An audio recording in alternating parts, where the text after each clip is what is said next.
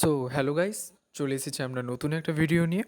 আজকের ভিডিওতে আমরা যে বিষয়টা নিয়ে আলোচনা করব সেটা হচ্ছে কাকে বলে অ্যাংরি ইয়ং ম্যান, এবং কারা কারা এই অ্যাংরি ইয়ং ম্যান এই মুভমেন্টের মধ্যে নিযুক্ত ছিলেন, সেটাই আমরা আজকের এই ভিডিওর মধ্যে আলোচনা করব।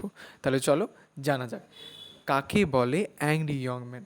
দেখো, অ্যাংরি ইয়ং ম্যান এটা হচ্ছে এমন একটা টার্ম যেটা দেখতে গেলে হচ্ছে 1950 সালে এই টার্মটা অ্যাকচুয়ালি শুরু হয়, এবং এটা হিন্দি রাইটার্সের মধ্যে দেখতে পাই, ফিল্ম মেকার্সের মধ্যে আমরা কিন্তু দেখতে পাই। এবং তারা কি করে, তারা অ্যাকচুয়ালি সোসাইটাল, পলিটিক্যাল, ইকোনমিক যে কন্ডিশন আমাদের ইন্ডিপেন্ডেন্ট ইন্ডিয়া, সেটাকে তারা ফুটিয়ে তোলেন তাদের রাইটিংয়ের মধ্যে, তাদের ফিল্মের মধ্যে।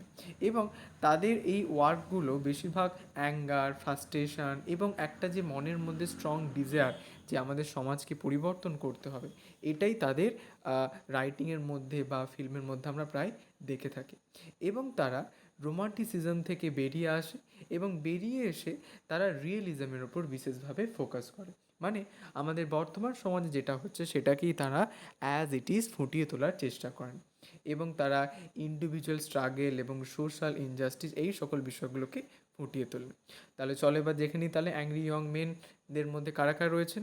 যেমন এখানে দেখতে পাচ্ছ রাজ কমল চৌধুরী রয়েছেন, মোহন রাকেশ রয়েছেন, কমলেশ্বর রয়েছেন, ভীষাম সাহানি রয়েছে, নির্মল বর্মা রয়েছেন, তারপরে মারকান্দে রয়েছেন, এবং তারপরে শ্রীলাল শুক্লা রয়েছেন। এবং আমরা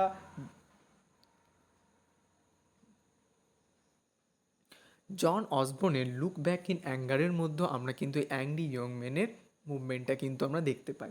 সেখানে জিমি পটার নামে একটা চরিত্র আমরা ভালো মতনই দেখেছিলাম লুক ব্যাক ইন অ্যাঙ্গার এই প্লেটার মধ্যে।